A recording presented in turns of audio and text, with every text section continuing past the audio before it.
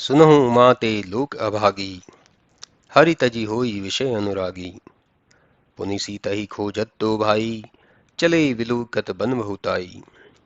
हे पार्वती, वे लोग बड़े अभागी हैं जो श्री भगवान को छोड़कर विषयों से प्रीति करते हैं। फिर सीता जी को खोजते हुए दोनों भाई वन की शोभा को देखते हुए आगे की ओर चले। तब मार्ग में आते हुए श्री राम जी ने जो कबंध को उतारा तो उसने अपनी सारी कथा कह सुनाई कि दुर्वासा मोहि दीनौ सापा। प्रभु पद देख मिटा सो पापा। सुनु गंधर्व कहो मैं तो ही। मोहि न सुहाई ब्रह्म कुल द्रोही। हे प्रभु, दुर्वासा ने मुझको जो शाप दिया था वह आज प्रभु चरणों के दर्शन से मिट गया। श्री रामचंद्र जी ने कहा, हे गंधर्व, मैं तुझसे कहता हूं कि ब्रह्म कुल का द्रोही मुझे अच्छा नहीं लगता। कही निज धर्म ताहि समुझावा। निज पद प्रीति देखि मन भावा। रघुपति चरण कमल सिर नाई। गयों गगन आपनी गति पाई। श्री रामचंद्र जी ने उसे अपना धर्म कहकर समझाया और अपने चरणों में प्रीति देखकर वह उनके मन को अच्छा लगा। फिर वह राम जी को प्रणाम कर आकाश को चला गया। श्री राम जी उसे सुगति देकर शबरी के आश्रम पर गए। जब शबरी ने श्री राम जी को देखा तो वह अपने जी में मुनिवर मतंग जी के वाक्यों को स्मरण कर परमानंदित हुई। सरसिज लोचन बाहु विशाला। जटा मुकुट सिर बन उर बनवाला। श्याम गौर सुंदर दो भाई। सबरी परी चरण लपटाई। श्री राम जी के कमल सदृश नेत्र, विशाल भुजाएं, मस्तक पर जटाओं का मुकुट और हृदय पर वनमाला विराजमान है। सांवरे और गोरे दोनों भाइयों का दर्शन कर शबरी चरणों में लिपट गई। प्रेम मगन मुख वचन आवा। पुनि पुनि पद सरोज सिर नावा। सादर जल्ले चरण पखारे। पुनि सुंदर आठ सन बैठारे। ऐसी प्रेम मग्न हो गई कि मुख से बात नहीं निकलती। बारंबार राम जी के चरण कमलों में सिर झुकाने लगी। फिर आनंद पूर्वक जल लेकर उनके पांव पखारे और सुंदर आसन पर बैठाया। फिर अत्यंत रस से भरे हुए कंद मूल फल लाकर श्री रामचंद्र जी को अर्पण किए तो प्रभु प्रेम सहित बारंबार उन फलों के स्वाद की सराहना कर उसे खाने लगे।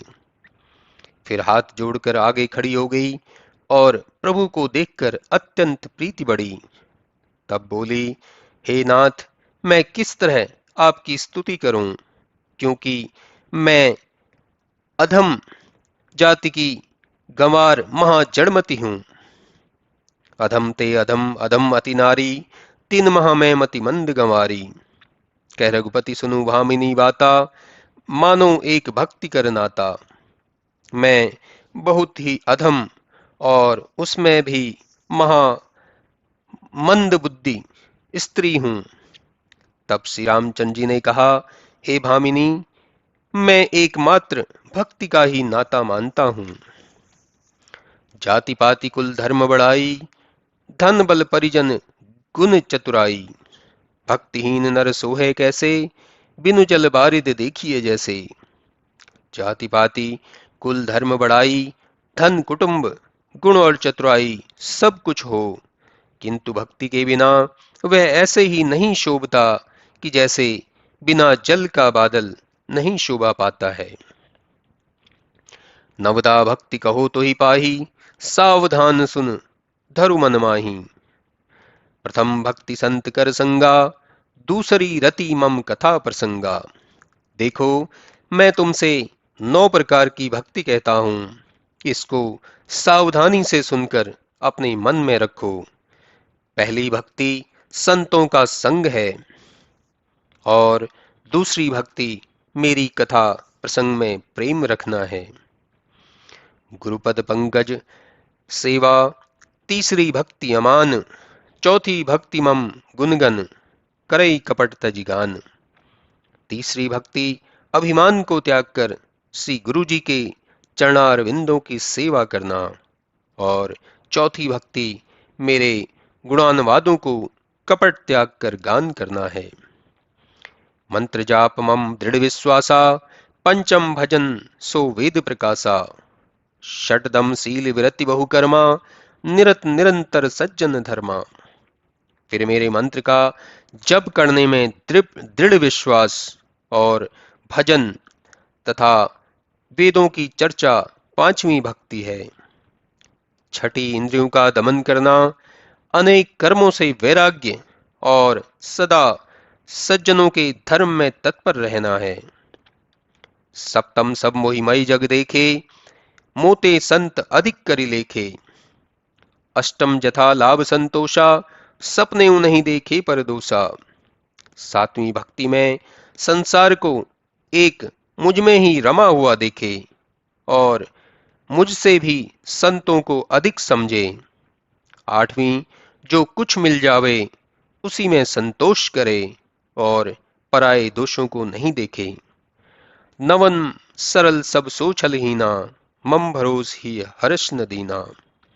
नव महा जिनके एको होई, नारी पुरुष सचराचर कोई। नवीं भक्ति में सबसे छलहीन रहे और मेरा ही भरोसा रखे और हर्ष तथा शोक से रहित होवे। इस नौ भक्ति में जिनके एक भी होती है, चराचर में पुरुष स्त्री कोई क्यों ना हो। सो अतिशय प्रिय भामिनी मोरे, सकल प्रकार भगति दृढ़ तोरे। योगी वृंद दुर्लभ गति जोई, तो कहाँ आज सुलभ भई सोई। हे भामिनी, वही मुझको अत्यंत प्यारा है और फिर तुम में तो सब प्रकार की भक्ति दृढ़ है।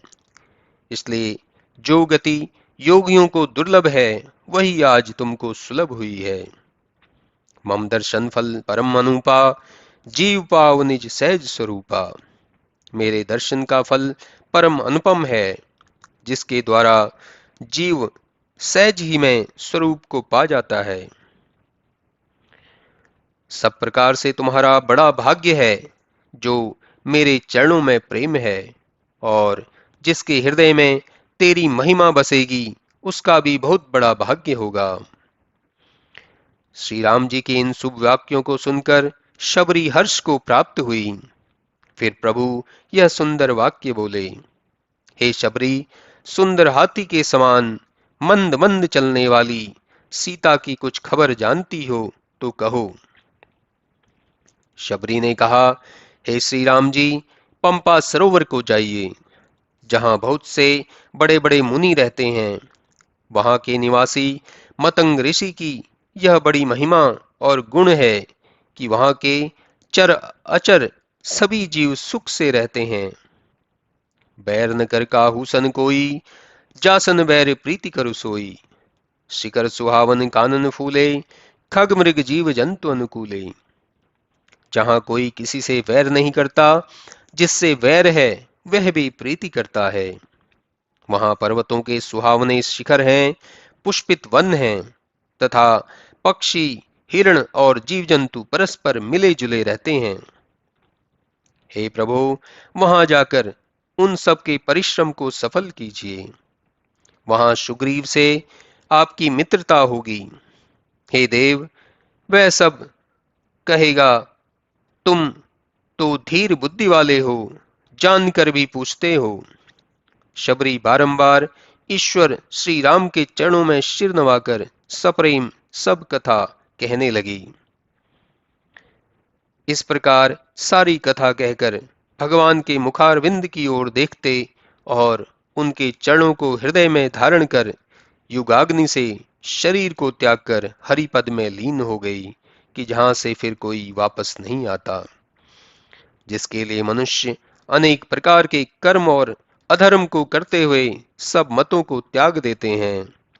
तुलसीदास जी कहते हैं कि विश्वास करके ऐसे श्री राम जी के चरण कमलों में प्रेम करो। जो जाति से हीन पृथ्वी पर पाप रूप है, ऐसी स्त्री को भी श्री राम जी ने मुक्ति दे दी ऐसे प्रभु को भूलकर हे महामंद मन तू सुख चाहता है। तब श्री राम जी उस वन को भी त्याग कर आगे चले जो दोनों भाई बहुत बलशाली और मनुष्यों में सिंह स्वरूप हैं। प्रभु विरही के समान विषाद करते और अनेक कथाएं और संवाद करते हैं।